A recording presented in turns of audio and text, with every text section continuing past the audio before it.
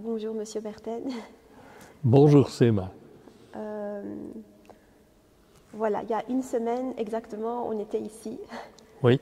Pour accueillir le professeur Soltes pour découvrir son livre sur la biographie intellectuelle de Roger Fandé. Et voilà, une semaine après, on est là pour commémorer sa mémoire.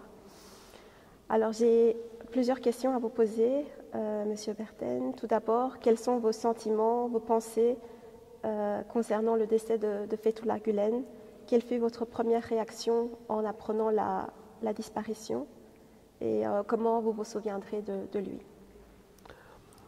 Bon, j'ai l'image de Fethullah Gülen comme une grande personnalité croyante, spirituelle, de recherche, de communion entre les hommes, les femmes, entre les convictions différentes, de son côté enraciné dans la foi musulmane, dans le respect le plus grand des autres. Et j'ai été touché de ce que j'ai pu en connaître, de cette dimension à la fois de réflexion et de dimension spirituelle et mystique. Mais une dimension spirituelle incarnée à partir du mouvement qu'il a suscité, vraiment enraciné dans la société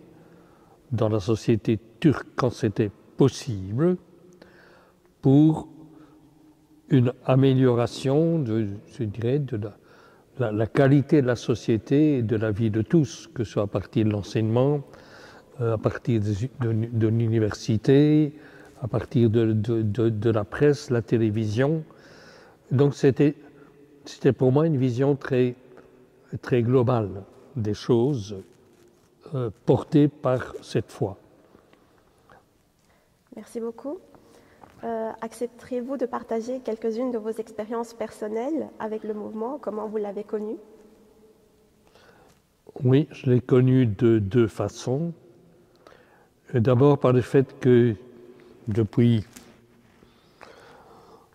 30 ans au moins, peut-être plus, oui, plus je pense, je suis engagé dans le dialogue interreligieux et en particulier avec les musulmans.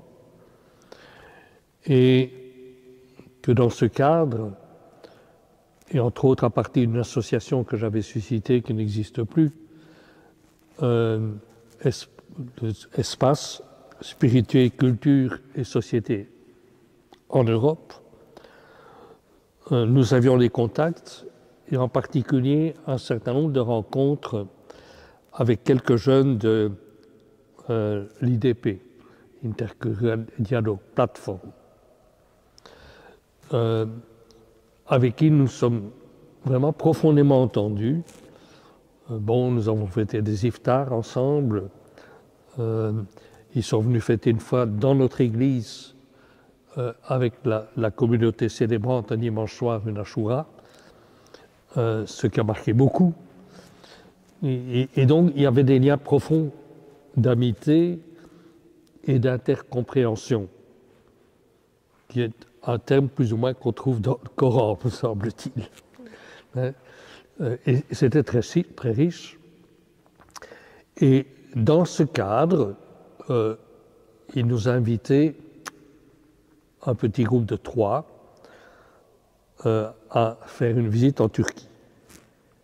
Alors, moi-même, j'avais déjà été plusieurs fois à Istanbul, dans le cadre justement de recherche de compréhension de la rencontre interreligieuse et de l'islam à partir de nos frères dominicains qui sont présents là-bas et qui sont engagés sur ce terrain. Mais ici, c'était une visite un peu d'un autre type, à partir des membres du mouvement Gülen, à Istanbul, mais aussi dans les environs, et entre autres à Konya. Visite d'écoles, universités, Zaman, la presse, la télévision, une association des intellectuels, j'ai oublié son nom, rencontres de famille. Et j'ai été très impressionné à l'époque, tous les trois d'ailleurs, par cela. Bon, impressionné, oui, nos visites étaient rythmées aussi par les temps de prière que se donnaient nos guides, par notre participation à l'occasion à certaines prières dans les mosquées. La visite d'un ou peut-être deux, je ne sais plus très bien, tombe de saint, oui, dans la ligne marquée par le soufisme, où j'étais très touché par la qualité de présence, de prière. Je me suis senti en communion, aussi dans les mosquées, même si on est un peu extérieur, mais en communion de prière. Et je pense que ces amis ont contribué à ce qu'on puisse, oui, entrer dans cette communion. Et donc, voilà, très sensible à cette initiative de Gülen, au mouvement qu'il a suscité. Bien, alors, je dois dire aussi, bon, j'ai senti tout le positif, mais honnêtement, je dois dire aussi que nous n'avons vu que ce que les membres ont voulu nous montrer. Bon, il y a eu des critiques, certaines ambiguïtés, j'ai pas d'avis là-dessus. Pour prendre un autre exemple, aussi dans ce dialogue avec les musulmans, nous avons été invités tout un groupe de chrétiens, de musulmans et de juifs au Maroc par le ministère des Affaires religieuses. C'était passionnant, mais ils nous ont montré que ce qu'ils voulaient bien nous montrer. Donc, il faut savoir simplement, par honnêteté, que ce genre de visite, je ne peux pas dire que je sais tout. Simplement, j'ai perçu quelques éléments. Et ces éléments, moi, m'ont parlé profondément, de la même manière que ce que j'ai pu lire de quelques écrits, pas beaucoup, de Fethullah Gülen, dans lequel je me suis senti aussi très proche de sensibilité. Merci beaucoup. Et que pensez-vous de l'avenir du mouvement Hizmet après le départ de Roger Efendi? Comment son décès pourrait-il affecter le mouvement Hizmet?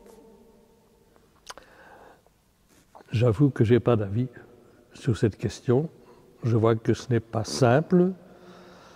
Bon, quand une grande figure fondatrice disparaît, bon, quelle est la suite du mouvement suscité?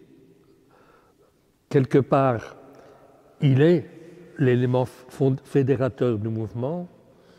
Donc, à partir du moment où il n'est plus là, le mouvement lui-même, de ce que je comprends, est quand même aussi, je dirais, un peu éclaté, des initiatives qui sont diverses.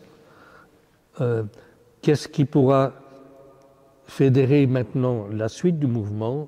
Je pense que ça, c'est une grande question, donc qui doit se poser à l'intérieur même du mouvement. Comment donner un avenir à cette inspiration, dans l'espoir que non seulement elle puisse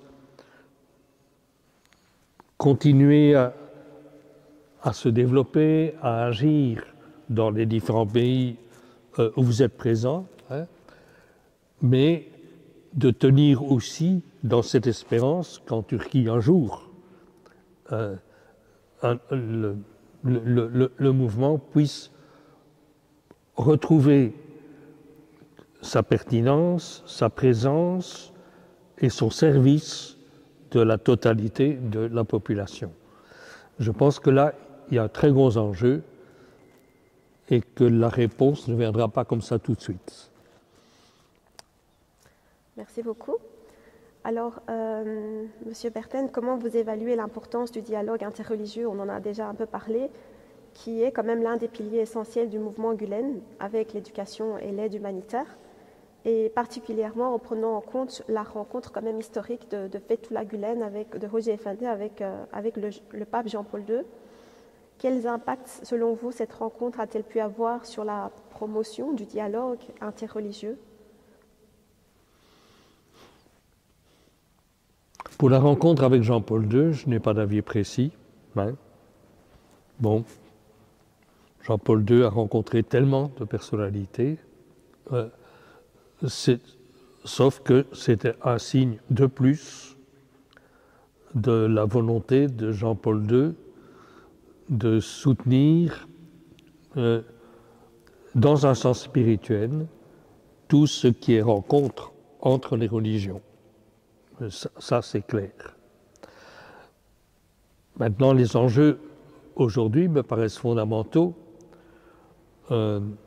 parce qu'il faut bien reconnaître qu'un peu partout, et on le sent aussi assez fortement chez nous, il y a des tendances d'affirmation plus identitaires. C'est vrai d'une partie du catholicisme, c'est vrai aussi au niveau de l'islam, c'est très clair, au niveau d'un certain judaïsme, et aussi au niveau de la laïcité et au niveau, je dirais, de la franc-maçonnerie. Et cela rend le dialogue plus difficile, ça a des répercussions aussi politiques, c'est évident. Ça ne favorise pas le vivre ensemble. Donc, d'où l'importance modeste de tout ce qu'on peut faire sur le terrain. Merci beaucoup. Alors, une dernière question peut-être, Monsieur Berten, et je pense que c'est peut-être la question la plus importante pour la communauté qui est aujourd'hui très endeuillée. On en parlait tout à l'heure, c'est pas uniquement ses idéologies qui comptaient, c'est aussi sa personne, et ça, je l'aurais jamais deviné. Je me suis pas préparée, en tout cas, à son départ. Quels conseils donneriez-vous aux sympathisants des idées de Roger Effendi pour poursuivre son héritage et mettre en pratique ses valeurs? Bien, mais selon votre expression maintenant, vous êtes héritier. Et ça, c'est nouveau. Vous étiez disciple, maintenant vous êtes héritier. Donc, l'enjeu, c'est de continuer à faire valoir, non pas d'abord une doctrine, mais le message dont était porteur cette personnalité. Il y a des personnalités qui ont marqué l'histoire fortement, en pensant au mouvement Gülen, Rumi, qui est une des sources d'inspiration, hein, on voit que ce mystique, oui, a eu une influence dans le cours de l'histoire, dans le cours du développement d'un certain islam, et qui marque l'ouverture d'une espérance. Donc, des personnalités marquent l'histoire parce qu'ils ont eu des disciples qui ont continué à porter quelque chose de leur mystique. Et à l'origine, pour l'islam, bien entendu, il y a Mohammed, et je pense, très important pour vous, je dirais, l'expérience mystique que lui aussi a faite. Ce qui n'est pas souligné de la même manière par tous. Hein. Mais je pense qu'il y a là quelque chose de fondamental. Et nous sommes, moi au sein même du christianisme, porteurs d'une responsabilité de faire continuer à vivre cet esprit. Et donc, nous sommes responsables aujourd'hui de... Oui, bien sûr. Oui. Oui. D'accord. Merci beaucoup, Monsieur Verten. Je ne sais pas si vous voulez encore ajouter quelque chose. Non, c'est très bien comme Je ça. pense qu'on a fait le tour des questions. Merci pour la rencontre.